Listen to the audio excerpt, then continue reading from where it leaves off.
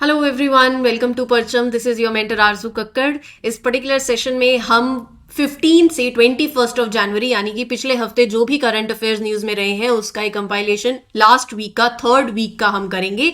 एक revision lecture है जिसके अंदर आपके वीकली करंट अफेयर्स होते हैं, तो थर्ड वीक की रिवीजन होगी कैटेगरी वाइज, यानी कि जो पिछले हफ्ते अपॉइंटमेंट्स कैटेगरी से न्यूज है वो एक साथ, नेशनल न्यूज एक साथ, स्टेट न्यूज एक साथ, रैंकिंग्स एक साथ, स्पोर्ट्स की, तो हर एक कैटेगरी से जो इंपॉर्टेंट न्यूज रही है वो कवर करेंगे और इस सेशन के एंड में कुछ एमसीक्यूज भी प्रैक्टिस करेंगे। सेशन शुरू करते हैं। जैसे जैसे आगे बढ़ेंगे you will feel that connectivity. अच्छा, शुरू करने से पहले मैं आपको बता देती हूँ कि डेली जो आप करंट अफेयर्स पढ़ते हो उसकी पीडीएफ आपको चाहिए रहेगी, तो आप उसको परचम के टेलीग्राम चैनल से आप ले सकते हो।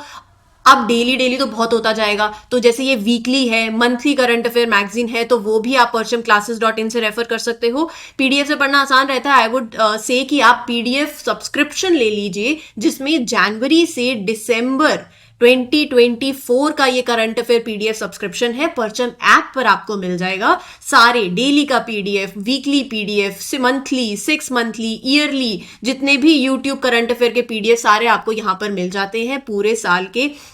तो ये आप रेफर कर सकते हो परचम ऐप से।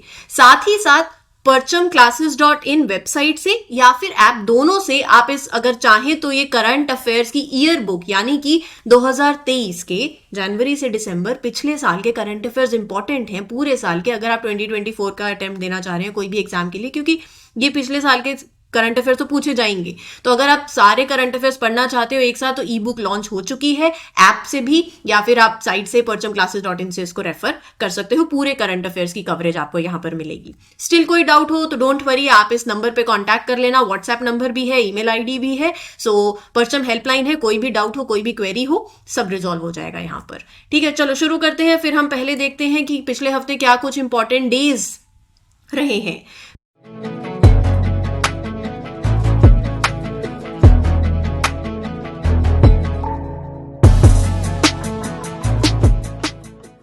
15th ऑफ जनवरी हर साल होता है आर्मी डे। इस बार था 76th आर्मी डे और ये ऑर्गेनाइज किया गया, आर्मी डे परेड ऑर्गेनाइज करी गई थी 15 जनवरी को लखनऊ के अंदर।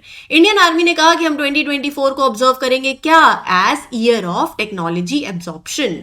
तो 15th ऑफ जनवरी 1949 वो ईयर था। उस दिन क्या हुआ था, general KM. Cariappa took charge of Indian army और वो बन गए पहले commander in chief of independent India.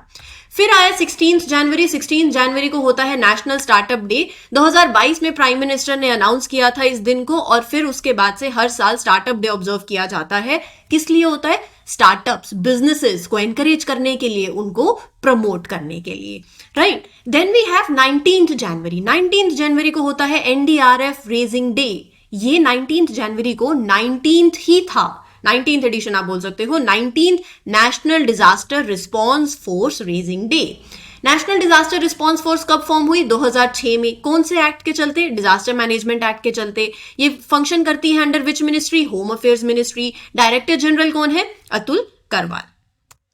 19th of January को और क्या होता है, 19th ऑफ जनवरी को था 46th कोकबोरोक डे। अब ये कोकबोरोक क्या है, त्रिपुरी लैंग्वेज डे। कोकबोरोक जो है ये त्रिपुरी लैंग्वेज आप बोल सकते हो, तो इसीलिए इस दिन को त्रिपुरी लैंग्वेज डे भी बोला जाता है। त्रिपुरा से एसोसिएटेड हो गया तो त्रिपुरी लैंग्वेज डे भी बोलते हैं कोकबोरोक डे को। तो अगर आपसे दिन पूछ लिया कि किससे एसोसिएटेड है, त्रिपुरा से, त्रिपुरी लैंग्वेज से। और ये जो दिन है ये ऑनर करता है 1979 का वो साल जब कोकबोरोक जो है वो ऑफिशियली रिकॉग्नाइज हुई थी फॉर दी फर्स्ट टाइम। तो लैंग्वेज है ये एक। तो 19th ऑफ जनवरी को होता है observe.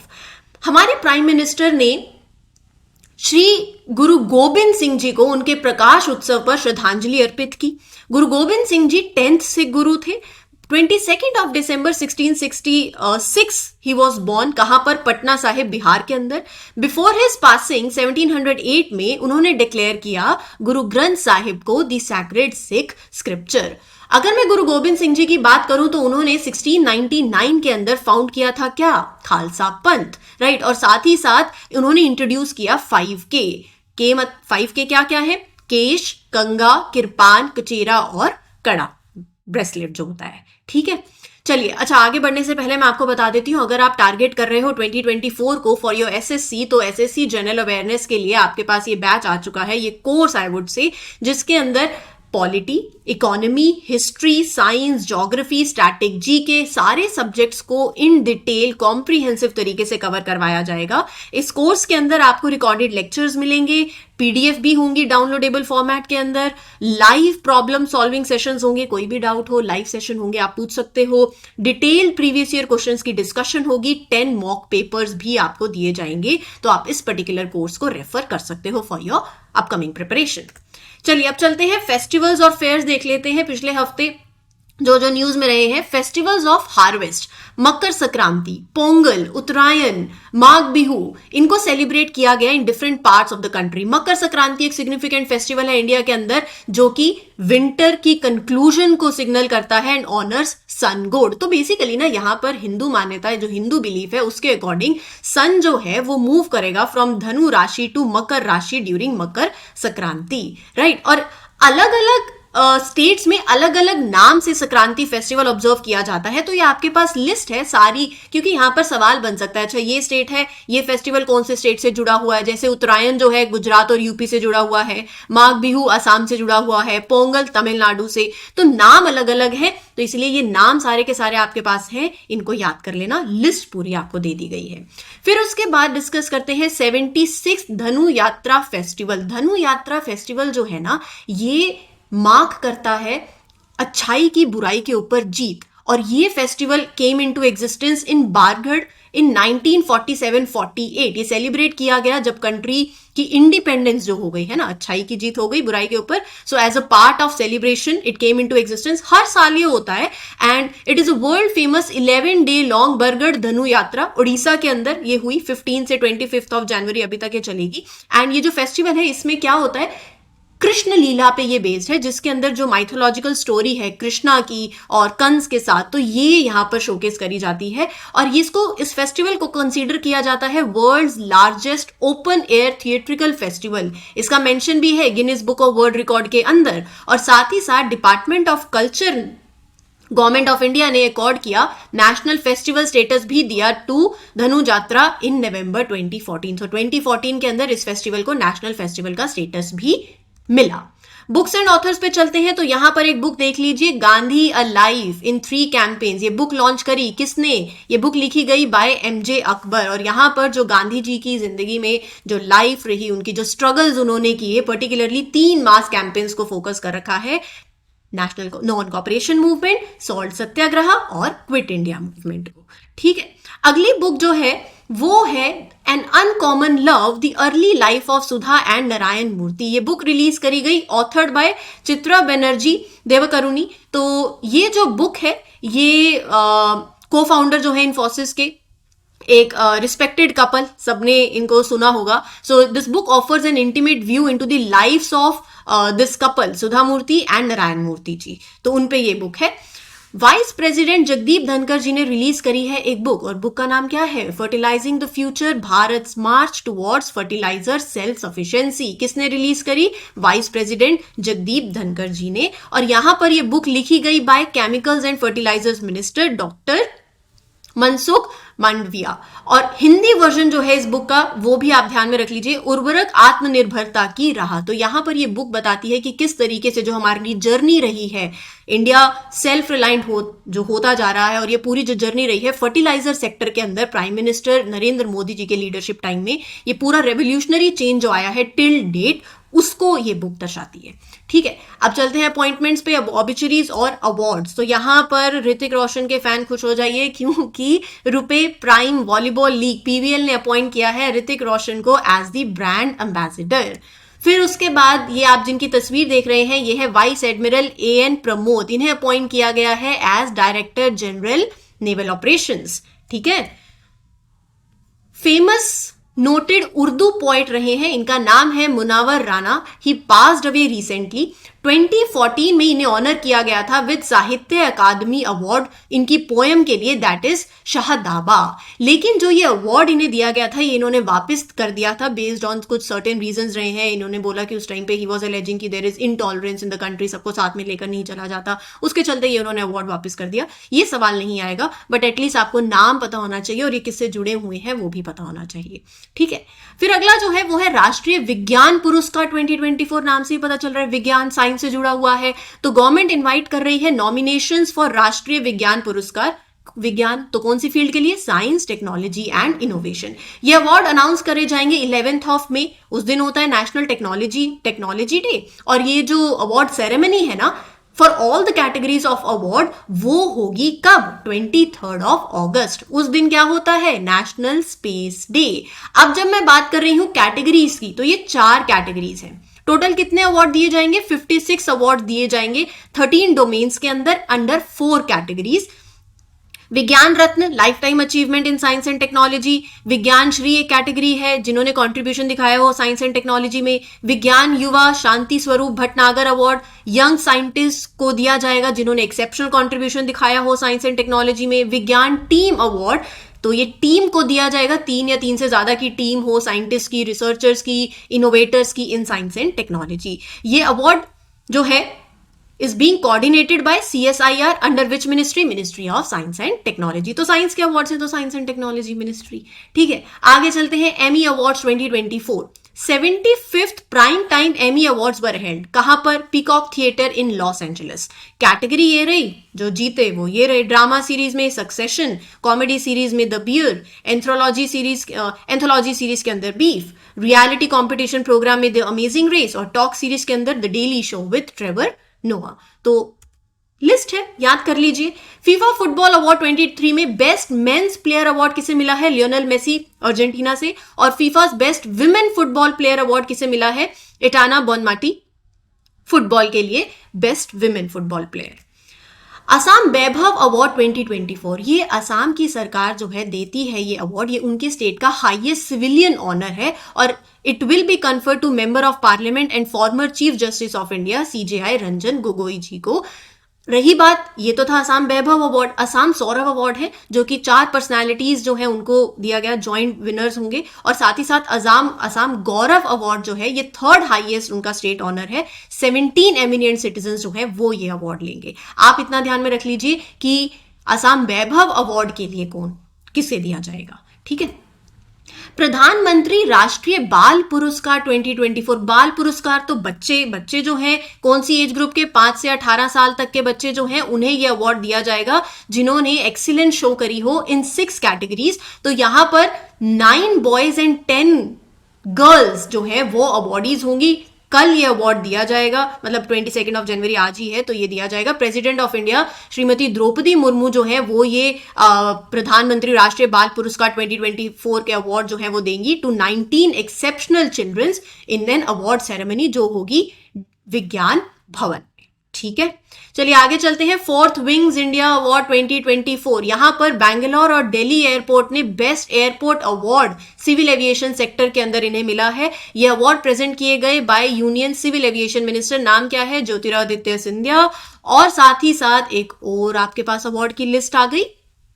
Best airline of the year award Vistara, air India को रिकॉग्नाइज किया गया है इंटरनेशनल कनेक्टिविटी के लिए। अलायंस एयर को रिकॉग्नाइज किया गया है for regional connectivity. Air India Express को सस्टेनेबिलिटी चैंपियन डिक्लेयर किया गया। GMR group best aviation service provider. तो ये wings India 2024 largest civil aviation event है एशिया का। टेकिंग प्लेस कहां पर? Begumpet airport in Hyderabad Telangana. और इसकी थीम क्या है? Connecting India with the world in Amritkaal. Simple है, नो रॉकेट साइंस आएगा तो साइंस भी देख लेंगे, अभी तो बहुत ही सिंपल चल रहा है। नेशनल प्रोजेक्ट्स, कॉन्फ्रेंसेस और स्कीम्स, तो थोड़ा सा नेशनल न्यूज पे चलते हैं। यहां पर आप ध्यान में रखिएगा कि India's first national highway steel slag road section, मतलब NH66 Mumbai Goa national highway पे ये एक 1 किलोमीटर लंबा 4 लेन स्टील स्लैग रोड सेक्शन, कहां पर? इंदापुर पनवेल सेक्शन जो है ऑफ NH66 मुंबई गोवा वाला, ये कंस्ट्रक्ट किया गया है और इसे इनॉग्रेट किया गया है। तो किसने कंस्ट्रक्ट किया? JSW स्टील ने, under CSIR CRI technological guidance. तो 2022 में ना सूरत गुजरात के अंदर पहली सिटी बना to get the processed steel slag road. मन में सवाल आ रहा होगा कि ये स्टील स्लैग क्या होता है, आना भी चाहिए। स्टील स्लैग क्या है? स्टील की प्रोडक्शन के अंदर जो बाई प्रोडक्ट जनरेट होता है ना, वो स्टील स्लैग है। तो जब मोल्टन आयरन और जो इम्प्योरिटीज जो फॉर्म होती है, जब आप सेपरेट कर रहे हो आयरन ओर को, स्मेल्टिंग प्रोसेस होता है, उसके चलते यहां पर फिर जो बाई प्रोडक्ट बचता है वो होता है आपका स्टील स्लैग। स्टील स्लैग के अंदर जैसे कैल्शियम, सिलिकॉन, सल्फर, एल्यूमिनियम और कुछ अदर एलिमेंट्स के ट्रेसेस ये पाए जाते हैं। ग्रीन टेक्नोलॉजी की तरफ एक बहुत ही अच्छा स्टेप है, यहाँ पर सस्टेनेबल और ड्यूरेबल रोड नेटवर्क क्रिएट होगा। तो steel slag road technology developed by CSIR central road research institute. ये वेस्ट को जो स्टील इंडस्ट्री से जनरेट हो रहा है, आप इसको वेल्थ में जनरेट कर रहे हो ना, और ये national highway authority of India को भी हेल्प हो रही है ताकि आप एक स्ट्रॉन्गर और eco friendly national highways country के अंदर कंस्ट्रक्ट कर पा रहे हो। ठीक है जी, चलिए आगे चलते हैं। हमारे प्राइम मिनिस्टर ने पहली इंस्टॉलमेंट प्रधानमंत्री आवास योजना ग्रामीण की रिलीज कर दी है अंडर PM जनमन। तो मैं इस पर्टिकुलर स्कीम की बात करूंगी। इसकी फुल फॉर्म है प्रधानमंत्री जनजाति आदिवासी न्याय महाअभियान। इसी के चलते इसमें काफी प्रोजेक्ट्स होंगे। तो यहां पर जो प्रधानमंत्री आवास योजना ग्रामीण है, उसकी पहली इंस्टॉलमेंट जो कि है 540 करोड़ की, ये रिलीज कर दी है to 1 lakh beneficiaries via video conferencing हमारे प्राइम मिनिस्टर ने रिलीज करी। रही बात इस स्कीम की, जनमन स्कीम, ये लॉन्च हुई किस लिए? पर्टिकुलरली वल्नरेबल ट्राइबल ग्रुप्स के लिए, उनके सोशियो इकोनॉमिक वेलफेयर के लिए ये पर्टिकुलर स्कीम जो है ये रिलीज हुई 15 नवंबर को ऑन द ओकेजन ऑफ जनजातीय गौरव दिवस। तो इसका बजट अप्रोक्सीमेटली कितना है? 24,000 करोड़ का बजट है। बट सरकार ने अभी, हमारे प्राइम मिनिस्टर ने पहली इंस्टॉलमेंट जो रिलीज करी है 540 करोड़ की, वो किस लिए है? जो रूरल हाउसिंग के लिए है, प्रधानमंत्री आवास योजना ग्रामीण के लिए है। तो ये जो पूरी स्कीम है ये फोकस करती है 11 क्रिटिकल इंटरवेंशंस पे। 9 मिनिस्ट्रीज इन सबको देखेंगी, मतलब उनके लिए सेफ हाउसिंग हो, साफ पीने का पानी हो और एजुकेशन अच्छी मिले, हेल्थ न्यूट्रिशन हो, रोड की कनेक्टिविटी हो, इलेक्ट्रिसिटी हो। तो ये सब कुछ इसके अंदर है। 11 टोटल ये इंटरवेंशंस है। सॉर्टेड है जी। चलिए फिर आगे चलें। इंडिया इंटरनेशनल साइंस फेस्टिवल 2023 का 9th एडिशन हुआ। कब हुआ? 17 जनवरी से 20th जनवरी। किसने ऑर्गेनाइज किया? Department of science and technology ने। अच्छा, इसकी थीम क्या थी?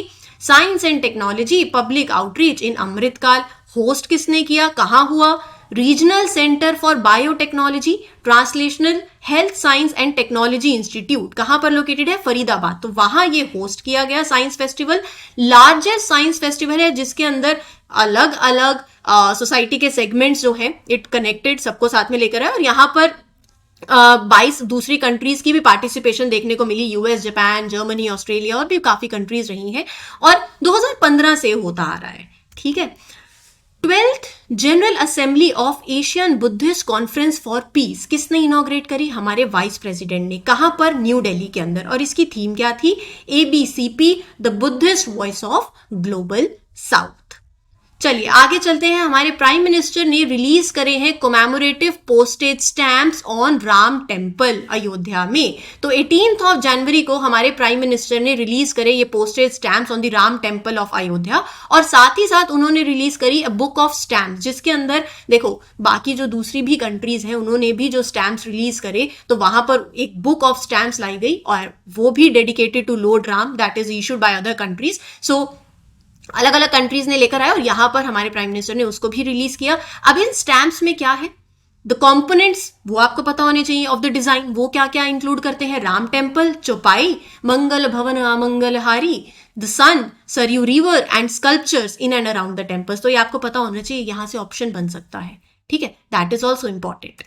Moving ahead, next in news is ये पहले तो एक टेम्पल है जिसका टेम्पल का नाम है पद्मनाभस्वामी टेम्पल। पद्मनाभस्वामी टेम्पल जो है कहां पर है? तिरुवनंतपुरम के अंदर है। तो यहां पर इट प्रेजेंटेड ओनाविल्लू टू अयोध्याज राम मंदिर। ओनाविल्लू, आप ये तस्वीर देखो, एक बो है, राइट? तीर कमान होता है ना, धनुष होता है, उसकी तरह ये है। ये दिया गया to Ayodhya's Ram Mandir. Onavillu is a ceremonial bow that is presented to the deity of Padmanabhaswamy Temple, Kerala, हर साल ओनम पे ये जो बो है, ये जो वहां डाइटी है उन्हें प्रेजेंट किया जाता है। अभी ये जो है अयोध्या के राम मंदिर, जो अयोध्या राम मंदिर, वहां पर ये ओनावेलू प्रेजेंट किया गया।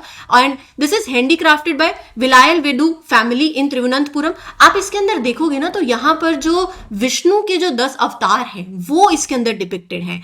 और ये ओनावेलू कैसे बना है? It is made using the wood. और ये वुड कहां से ऑब्टेन होती है? From Kadamba and mahogany tree से। ठीक है, दैट इज ऑल्सो इंपॉर्टेंट। चलिए आगे बढ़ते हैं। आप ये स्टैचू देख सकते हैं, स्टैचू ऑफ सोशल जस्टिस। तो आंध्र प्रदेश के chief minister Y S Jagan Mohan Reddy ji ने अनवील किया है ये टॉलेस्ट स्टैचू। किसका है? डॉक्टर बीआर अंबेडकर का। कहां पर? स्वराज मैदान विजयवाड़ा के अंदर। ये स्टैचू जो है ये टॉलेस्ट अंबेडकर स्टैचू है इन द वर्ल्ड, और इसे बोला गया है स्टैचू ऑफ सोशल जस्टिस। इसकी टोटल हाइट कितनी है? 206 फीट का ये स्टैचू है। फिर उसके बाद मिनिस्ट्री ऑफ एजुकेशन ने कुछ नई गाइडलाइंस अनाउंस करी है कोचिंग सेंटर्स के लिए। तो यहाँ पर देखो सरकार को कंप्लेंट्स मिल रही थी कि स्टूडेंट के सुसाइड्स के जो केसेस हैं वो बढ़ते जा रहे हैं, फायर इंसिडेंट्स, और यहाँ पर जो there is lack of facilities in coaching incidents, जो मेथोडोलॉजी, जो बच्चों को पढ़ाने के लिए जो टीचिंग्स जिस तरीके से जो अडॉप्ट करी जा रही है, जो सिस्टम है, जो मेथोडोलॉजी है, वो भी कहीं ना कहीं इट लैक्स इन, वो भी उसमें भी कमी है। तो उसी के चलते यहाँ पर कुछ गाइडलाइंस हैं। वो गाइडलाइंस क्या है कि एक तो जो पढ़ाने वाला है, minimum qualification of graduation are eligible to teach. तो ओनली दोज जिनके पास एक ग्रेजुएशन की मिनिमम क्वालिफिकेशन होनी चाहिए, then you are eligible to teach. और ये गाइडलाइंस कोचिंग सेंटर्स को प्रोहिबिट करता है कि कोई भी आप फॉल्स प्रॉमिस, कोई मिसलीडिंग प्रॉमिस या भी कोई ऐसी झूठी एडवर्टाइजमेंट मत करो, राइट? अच्छे मार्क्स, अच्छी रैंकिंग नहीं। देखो यहाँ पर देखो सबसे सही बात यह है, आपको पढ़ाया जाता है, आपको सिखाया जाता है, लेकिन मेहनत आपको खुद करनी है ना? तो ये बातें हैं। तो कोई भी मिसलीडिंग प्रॉमिस, कोई फॉल्स एडवर्टीजमेंट कोचिंग सेंटर्स बिल्कुल नहीं करें। और यहाँ पर जो बच्चे हैं below 16 years old can not be enrolled.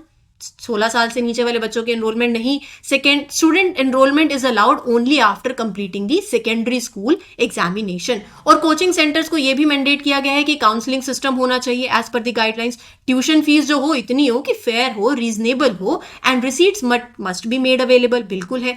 Considering that regulation of +2 level education is the response. Obviously जो +2 लेवल एजुकेशन है वो यहाँ पर स्टेट की, यूटीज की, उनकी जिम्मेदारी है। सो इंस्टीट्यूशंस जो है, यही institutions are best regulated by the states, UTs and governments, right? तो वो ही इसको देखें। अच्छा, all India secretaries conference on water vision at 2047 way ahead to be held. तो ये जो कॉन्फ्रेंस है on water vision at 2047, it will be held. कहां पर होगी? महाबलीपुरम, तमिलनाडु के अंदर। कब होगी? 23-24 जनवरी को। और इस दिन और भी क्या होगा? बेसिकली जब ये होगा तो 2 चीजें रिलीज होंगी। एक film by the ministry of जल शक्ति that is for a water secure future, और एक बुक दैट इज जल शक्ति अभियान catch the rain a journey. It will be release on the occasion.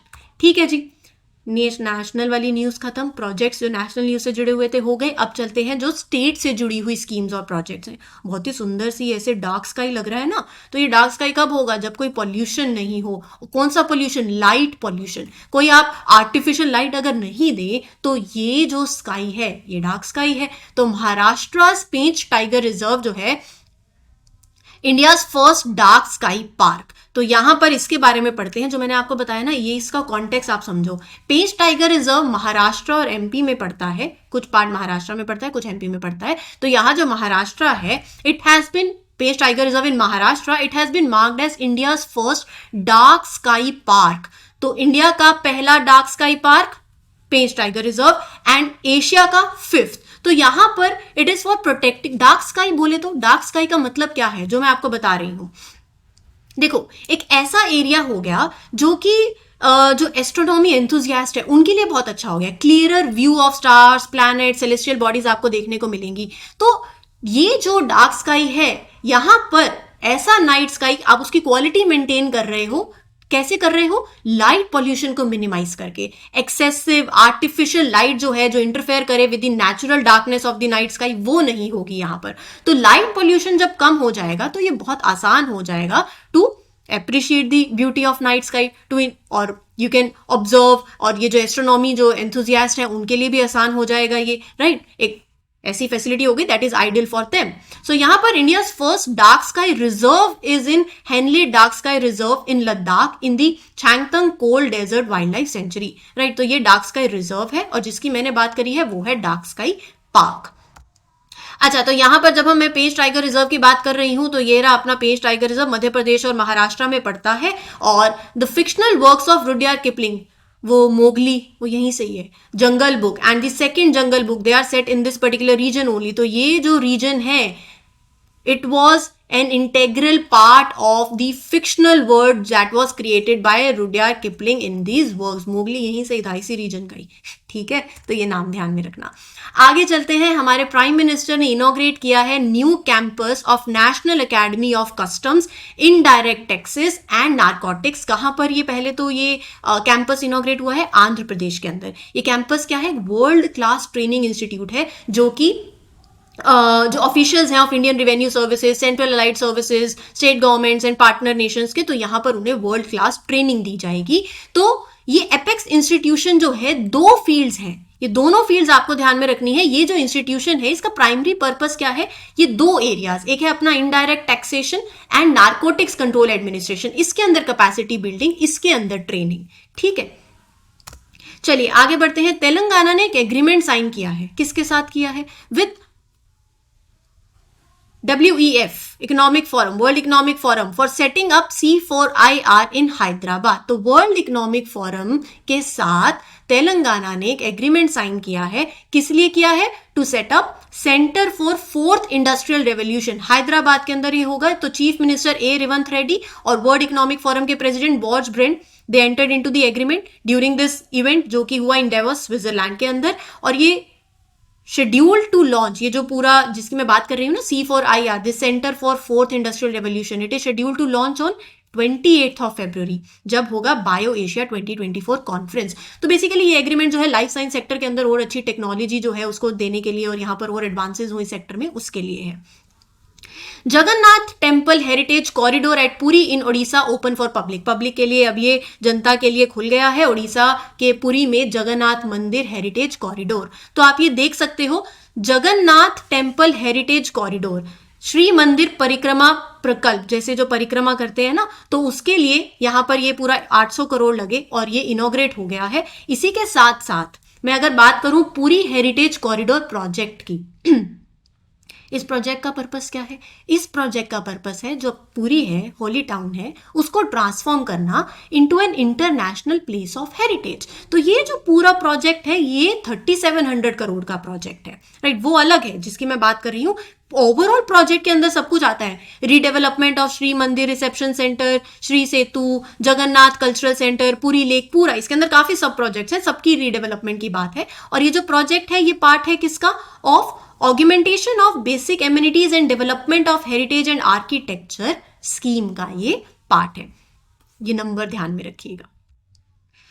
इनकी तस्वीर देख लीजिए. ये एक बहुत ही पहली बार एक देखने को मिले हैं Tibetan brown bear. India records its first ever confirmed sighting of this rare Tibetan brown beer.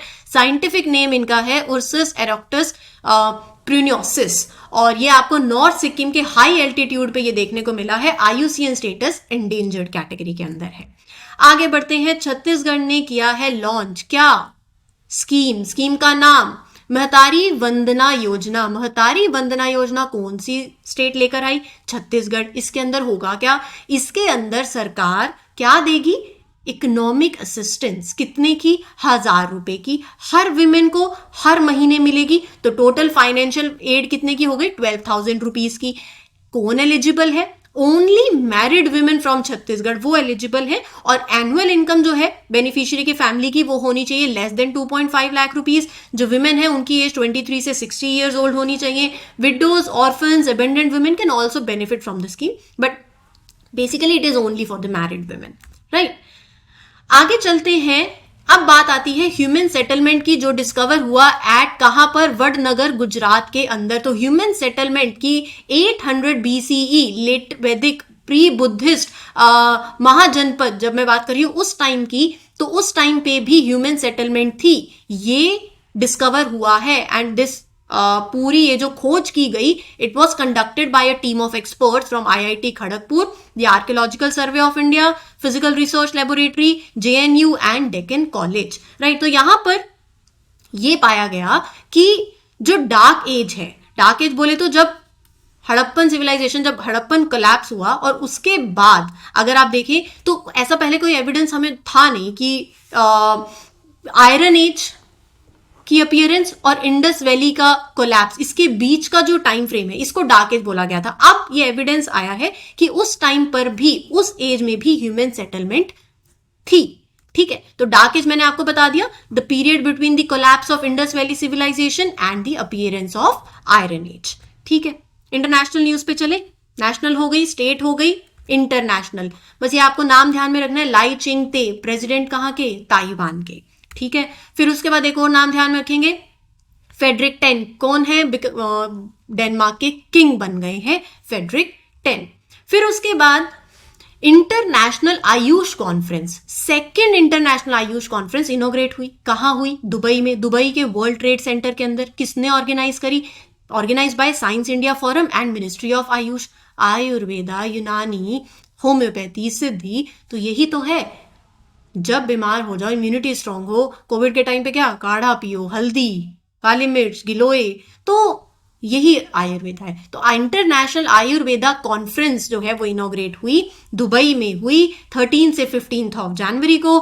Theme क्या थी, non communicable chronic diseases, prevention and management through Ayush, ठीक है जी। चलिए आगे चलते हैं। जब मैं बात कर रही थी अभी वर्ल्ड इकोनॉमिक फोरम की, तो 54th annual meeting world economic forum की हुई डेवोस क्लस्टर स्विट्जरलैंड में 15 से 19 ऑफ जनवरी। थीम क्या थी, रीबिल्डिंग ट्रस्ट। और इसके अंदर, इस मीटिंग में बहुत ऐसे चैलेंजेस जो इस टाइम हम क्लाइमेट चेंज फेस कर रहे हैं, क्लाइमेट चेंज से एसोसिएटेड फेस कर रहे हैं, कॉन्फ्लिक्ट्स है, इकोनॉमिक क्राइसिस है, AI जनरेटेड जो इम्पैक्ट है of AI generated deep fakes, तो ये सारी जो भी चैलेंजेस है ना, इस फोरम के अंदर एड्रेस किए गए। Over 60 heads of state and governments along with political and business leaders अपने ये इवेंट को अटेंड किया। वर्ल्ड इकोनॉमिक फोरम के फाउंडर एंड एग्जीक्यूटिव चेयरमैन का नाम है क्लॉस श्वाब, हेडक्वार्टर है कॉलोनी स्विट्जरलैंड के अंदर, और world economic forum was founded in 24 of January 1971।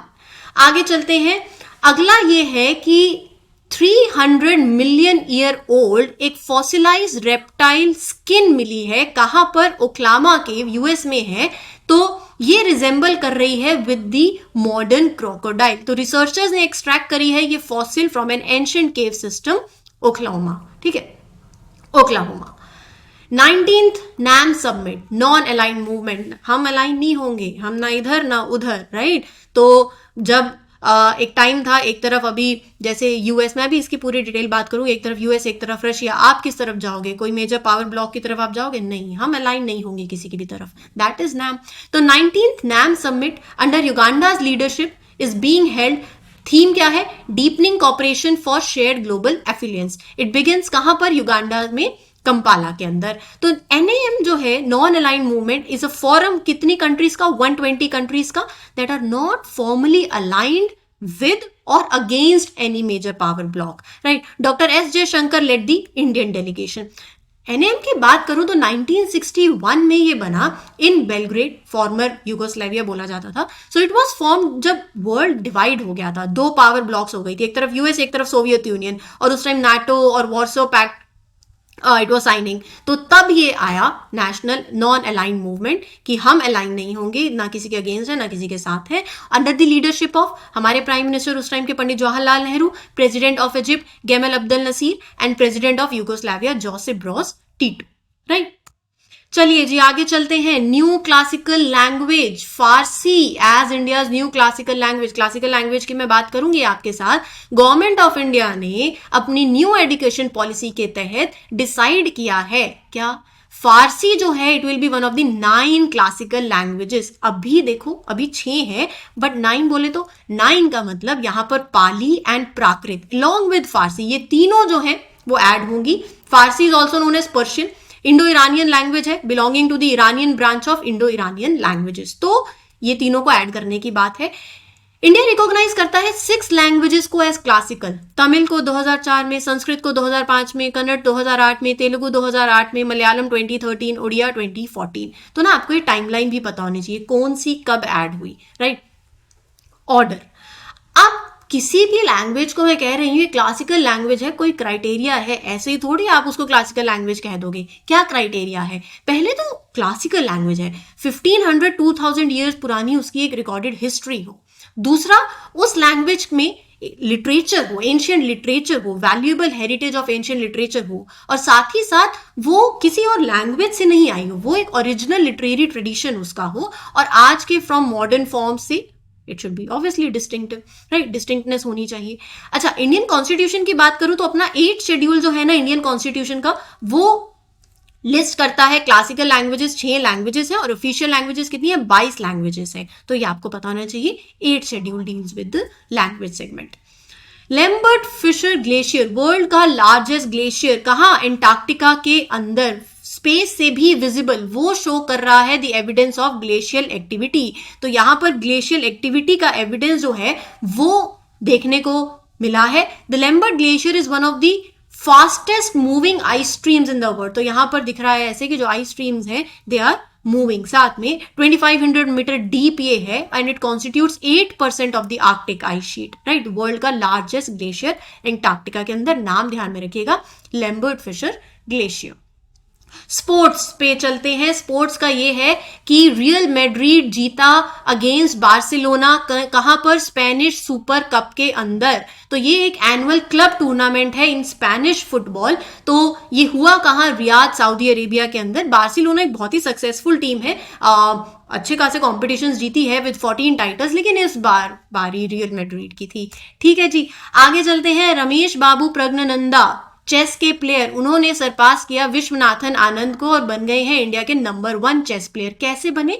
तो उन्होंने आर प्रज्ञानंदा जो है डिफीट किया world chess champion Ding Liren को in Tata steel masters in the Netherlands. तो इसके बाद वो नंबर 1 पर आ गए हैं चेस प्लेयर में कंट्री के अंदर।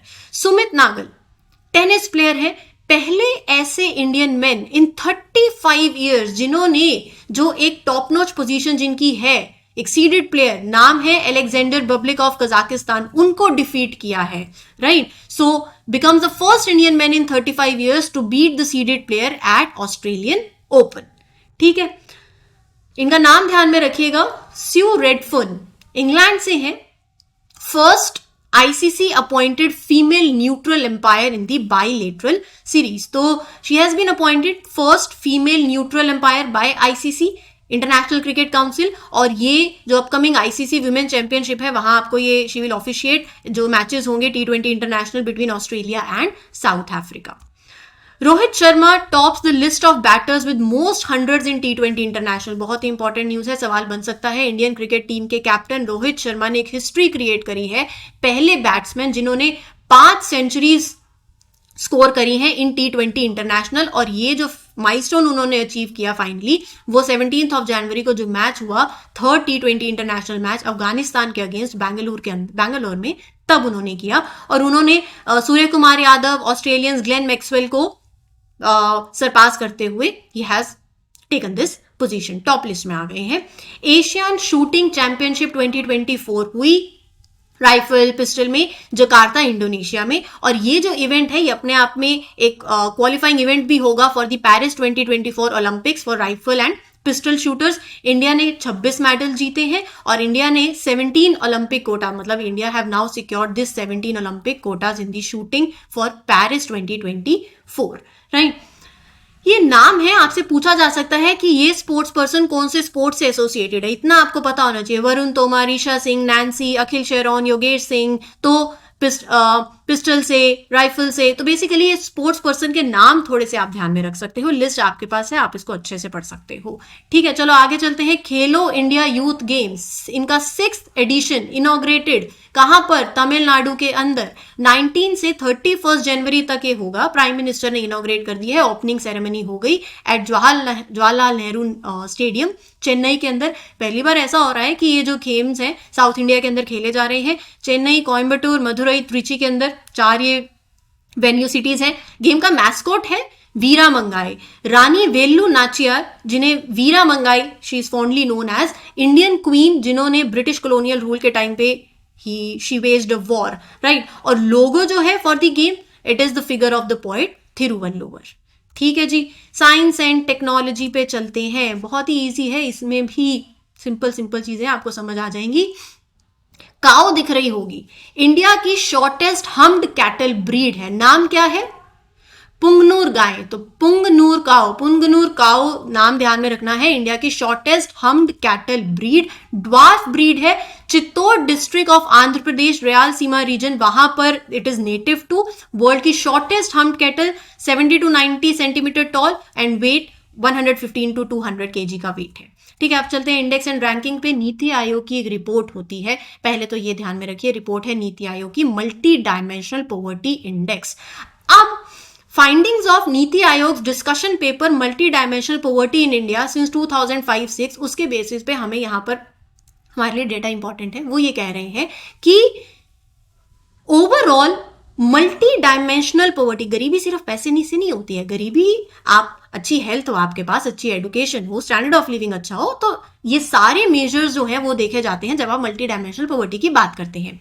सो लगभग 25 करोड़ मतलब 24.82 करोड़ इंडियंस बाहर आ चुके हैं मल्टी डायमेंशनल पॉवर्टी से in last 9 years.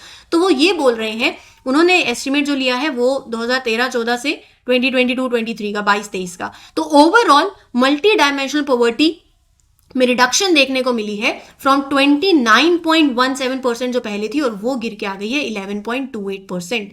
Health, education, standard of living, जो कि मैं आपको बता रही थी, ये चीजें मेजर करी जाती हैं जब आप मल्टी डायमेंशनल पॉवर्टी की बात करते हो, and they are represented by 12 SDG aligned indicators. तो कितने करोड़ इंडिविजुअल्स बाहर आए हैं पॉवर्टी से इन लास्ट 9 ईयर्स? 24.82 करोड़। अब इसके अंदर लार्जेस्ट डिक्लाइन आपको यूपी, बिहार, एमपी में देखने को मिला है। टॉप 5 पुअर स्टेट्स अभी जो टॉप पे हैं वो है Bihar, Jharkhand, Meghalaya, UP, MP. Report said कि जो recent national MPI that was there, it was based on national family health survey 4 and 5, 2015-16 वाला एंड 2019-2021 वाला। सरकार का मकसद है, सरकार का गोल है to bring down multi dimensional poverty to below 1%, and all the efforts are being made कि ये हो सके। रही बात स्टार्टअप रैंकिंग 2022 की, बेस्ट परफॉर्मर्स जो है वो मैं आपको बताऊंगी। ये रैंकिंग रिलीज करी गई by department for promotion of industry and internal trade. This was the 4th edition of the awards, और 33 स्टेट्स और यूटीज का पार्टिसिपेशन देखने को मिला। और इसके अंदर जो स्टेट्स और यूटीज हैं, दे वर रैंक बेस्ड ऑन उनकी जो भी परफॉर्मेंस रही है on 7 reform areas and 25 action points. तो उसके चलते ना ये आपके पास लिस्ट है। कैटेगरी ए मतलब इसमें लार्जर स्टेट्स हैं, यूटी हैं, जिनकी पॉपुलेशन अबव 1 करोड़ की है। Best performer Gujarat, Karnataka, Kerala, Tamil Nadu. Top performer की लिस्ट है, लीडर्स की लिस्ट है, एस्पायरिंग लीडर्स, इमर्जिंग इकोसिस्टम। तो याद तो रखना पड़ेगा, इतना तो करना पड़ेगा। कैटेगरी बी में स्मॉलर स्टेट्स और यूटीज हैं जहां पर पॉपुलेशन बिलो 1 करोड़ है। तो बेस्ट परफॉर्मर है Himachal Pradesh, top performer Arunachal Pradesh and Meghalaya, leader aspiring leaders, and इधर इमर्जिंग इकोसिस्टम। टेबल आपके पास है, पीडीएफ आपको मिल जाएगी, याद इसको कर लीजिएगा। आगे चलते हैं। International financial services centre IFSC at gift city Gandhinagar, इन्होंने कोलैबोरेट किया किसके साथ? With Indian gas exchange and Gujarat state petroleum corporation. किस लिए किया? To develop global hydrogen price index, एक ऐसा प्लेटफॉर्म जो कि एनेबल करेगा, क्या एनेबल करेगा? जो ग्लोबल इंस्टीट्यूशंस है ना, वो हाइड्रोजन कॉन्ट्रैक्ट्स में ट्रेड कर पाएंगे एंड डेरिवेटिव्स, तो उसमें ट्रेड कर पाएंगे जैसे अपने शेयर्स होते हैं वैसे ही, with in the gift city special economic zone. ठीक है जी, चलिए आगे चलते हैं। According to the latest Brand Finance 2024 report on world's top 10 most valuable IT services brand, जिसमें Accenture remains the world's most valuable IT services brand, TCS की second rank है, Infosys की थर्ड स्पोर्ट है, और HCL जो है वो fastest growing IT services में एमर्ज हुआ है। तो ये आपके पास लिस्ट है, Accenture नंबर 1 पे, फिर TCS, Infosys, IBM consulting, Capgemini. तो ये लिस्ट आपके पास दे रखी है, राइट। वर्ल्ड की top 10 most valuable IT services brands. India fourth किसमें? In global fire power rankings 2024। तो मिलिट्री स्ट्रेंथ रैंकिंग की बात करूं तो पहले नंबर पे यूएस लीड कर रहा है, फिर उसके बाद रशिया, फिर चाइना, और इंडिया की रैंक है fourth out of 145 countries. Pakistan की रैंक है 9th। इटली की रैंक जो है, Italy rounded out the top 10 at the 10th number. तो टॉप 5 टॉप 6 तो आपको पता ही होने चाहिए। बाकी टॉप 10 के अंदर south Korea, UK, Japan, Turkey भी है। ये जो रैंकिंग आती है ना, ये देखती है उस देश में मिलिट्री कैपेबिलिटी कैसी है, बेस्ड ऑन उनकी मैन पावर, उनके पास equipment, natural resources, finances, geography across the land, sea, air. तो ये सारी चीजें जो हैं वो इवेल्युएट करी जाती हैं। सॉर्टेड है जी। चलिए आगे चलते हैं। ये भी एक बहुत इंपॉर्टेंट रिपोर्ट है। ये इसके बारे में हम लेट्स डिस्कस एसर रिपोर्ट। तो रिपोर्ट का टाइटल वैसे है बियॉन्ड बेसिक्स। हाउस होल्ड, घर घर जाके सर्वे हुआ और ये बाय प्रथम फाउंडेशन ये रिपोर्ट रिलीज करी गई। जो एज ग्रुप है 14 से 18 ईयर्स की एज ग्रुप वो देखी गई, जिसके अंदर 34,745 rural students in 28 districts across 26 states, ये हमारा टारगेट एज ग्रुप था। एंड फिर जो भी ऑब्वियसली रिपोर्ट आई है तो ये रिपोर्ट सरकार रेफर करती है आगे जो पॉलिसीज है उनको फॉर्मुलेट करने के लिए। रिपोर्ट क्या कहती है, थोड़ी खबर अच्छी नहीं है। तो ये कहती है कि 14 से 18 साल के जो बच्चे हैं, आप देखो लगभग 26.5% could not read a class 2 level text book. अपनी रीजनल लैंग्वेज में वो they are not able to do that. And 42% जो है वो एक इंग्लिश का सेंटेंस नहीं पढ़ सकते।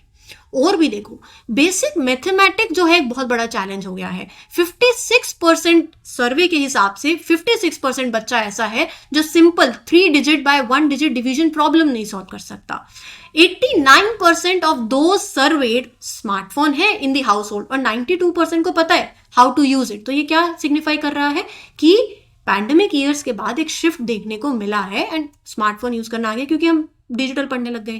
फिर उसके बाद ये रिपोर्ट कहती है कि बच्चे आज भी स्ट्रगल कर रहे हैं बेसिक रीडिंग से, अर्थमेटिक स्किल से, अपनी टीनेज ईयर्स में भी। मतलब क्लास 10th में पहुंचने के बाद, higher secondary level of education में पहुंचने के बाद भी पढ़ना और बेसिक अर्थमेटिक स्किल्स में भी कमजोर हैं। They are struggling with that. और ये फाइंडिंग पॉइंट आउट कर रही है कि एक ऐसी एज जब आप कुछ सालों बाद जॉब मार्केट में एंटर कर रहे हो, लेकिन skill deficit बहुत है अभी भी among the adolescents, right? Many of them, so this is pointing to a huge skill deficit among the adolescents. Many of them only a few years away from entering into the job market, right? अब चलते हैं हमारी defence से related news पे। Exercise अयुध्या जो है ये पहली इंडिया और थाईलैंड के बीच में होने वाली नेवल एक्सरसाइज है जो कि कंडक्ट करी गई। एंड इधर अपनी इंडियन नेवी और एक तरफ रॉयल थाई नेवी। तो indigenously build Indian naval ships INS Kulish and INLCU 56 participated in this edition. और उनकी तरफ से HTMS प्रचुअप खीरी खान, तो ये उनकी तरफ वाला इंपॉर्टेंट नहीं है, अपने में किसने कौन सी नेवल शिप ने पार्टिसिपेट किया ये ध्यान में रखिए। एक्सरसाइज का नाम है अयुथाया। ये जो एक्सरसाइज का नाम है ना, ये भी अपने आप में बहुत सिग्निफिकेंस है क्योंकि इसकी दो ओल्डेस्ट सिटीज अपनी अयोध्या और उनकी अयुथाया थाईलैंड के अंदर, वहां से ये नाम बना है। और इसका मतलब क्या होता है? Undefeatable, right. और साथ ही साथ Indo Thai CORPAT 36th edition of India Thailand coordinated patrol, it was also conducted along with this bilateral exercise. ठीक है जी। अब चलते हैं, इकोनॉमी की न्यूज है। REC limited issues inaugural yen denominated green bonds, right, aggregating to 61.1 billion Japanese yen. तो first येन green bonds जो कि इशू करे गए हैं by any Indian PSU, right. तो ये आपको ध्यान में रखना है। अब चलते हैं हमारे आज के सवाल जवाब, देखते हैं कौन बनेगा करोड़पति। चलिए, which IT services brand is the world's most valuable according to brand finance 2024 report? और वो है Accenture, option D. Moving ahead, अभी बड़ा एक्सरसाइज अयुथाया, कौन सी दो सिटीज हैं जो सिंबलाइज कर रही हैं this Indo Thai bilateral exercise को? एक्सरसाइज अयुथाया, एक अपना अयोध्या और एक उनका ओल्डेस्ट सिटी अयुथाया, राइट। तो option A. Which index gift cities planning to develop, कौन सा इंडेक्स? बेसिकली अभी हमने बात करी थी ना हाइड्रोजन प्राइस इंडेक्स की। So option D. Where is the Lambert Fisher glacier located? अरे Antarctica, B. Moving ahead, in which year did the department of culture accord national festival status to Dhanu Yatra? Answer is 2014 में national festival status मिला था। मकर विलक्षु इन which temple is मकर विलक्कू आप festival जो है, जैसे कि मैंने आपको बताया था ना, हर अलग अलग जगह पे अलग अलग नाम होता है। It is celebrated in Kerala. कौन से टेम्पल में? Sabarimala temple, option C. Next you have which wild life reserve has been designated as India's first dark sky park, and the answer is Pench tiger reserve. Then you have which river is depicted on the commemorative postage stamps of Ram मंदिर in Ayodhya. मैंने आपको बोला था जो भी उस पे postage stamps पे depicted है वो सारे आपको पता होने चाहिए। तो river जो है वो है Saryu river, D is the right one। Then you have 12th General Assembly of Asian Buddhist Conference for Peace की theme ABCP, the Buddhist Voice of Global South, option C। Next, India international science festival की theme पूछी है आपसे, हमने पढ़ा था क्या? Science and technology public outreach in Amritkaal, option B. Next is specific target क्या है जो कि अनाउंस किया गया है by union minister for road transport and highways, reducing accident deaths by 2030। What is the specific target announce by the minister? कितने percent? That is 50% by 2030। कौन सी ऑर्गेनाइजेशन है? That is credited with the development of steel slag road technology, CSIR, central road research institute. Then you have एक book है, किसने release करी? Fertilising the future, Bharat march towards fertiliser self sufficiency, हमारे vice president Jagdeep Dhankhar ji, option B. Next, multi dimensional poverty report कौन सी organisation release करती है? NITI Aayog, option D. Then which states were declared winners in the leaders category, smaller states and UT population below 1 crore in the startup ranking 2022? तो मैं इसीलिए बोल रही थी आपको कि वो लिस्ट है वो याद कर लीजिए। अभी मैं आपको आंसर बता देती हूँ, वो है गोवा, मणिपुर और त्रिपुरा लीडर्स कैटेगरी में। Who was honored with Sahitya Akademi award in 2014 for the poem Shahdaba? Munawwar Rana, C। Who will be honored with Assam Vaibhav Award, the state's highest civilian honor? Ranjan Gogoi, D।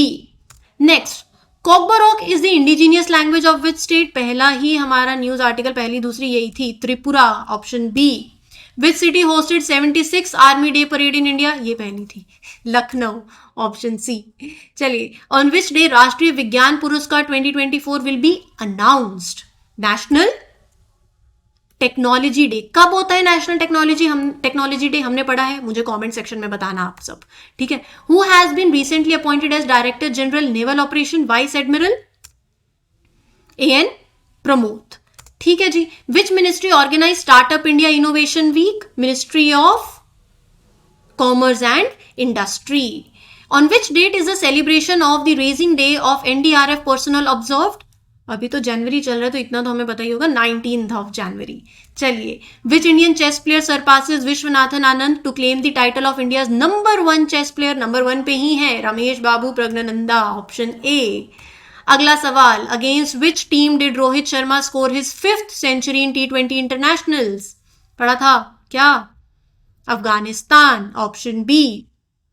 अच्छा, कितने gold medals did Indian shooters win at the Asian shooting championship 2024? कितने gold medal जीते हैं? 14 gold medals, ठीक है। Who recently became the king of Denmark? Crown prince Frederik 10, B. Theme क्या है 54th world economic forum 2024 की? Theme है अपनी रीबिल्डिंग ट्रस्ट, छोटी सी 2 वर्ड्स की थीम है, ध्यान में रखना। Mahtari Vandana Yojana, who is eligible to benefit from this Yojana in Chhattisgarh? Only unmarried women, only married women, both married and unmarried women, widows only? तो answer here will be only married women. मैंने आपको पहली ही स्टेटमेंट, मुझे याद है पहली स्टेटमेंट थी कि only married women are allowed, right.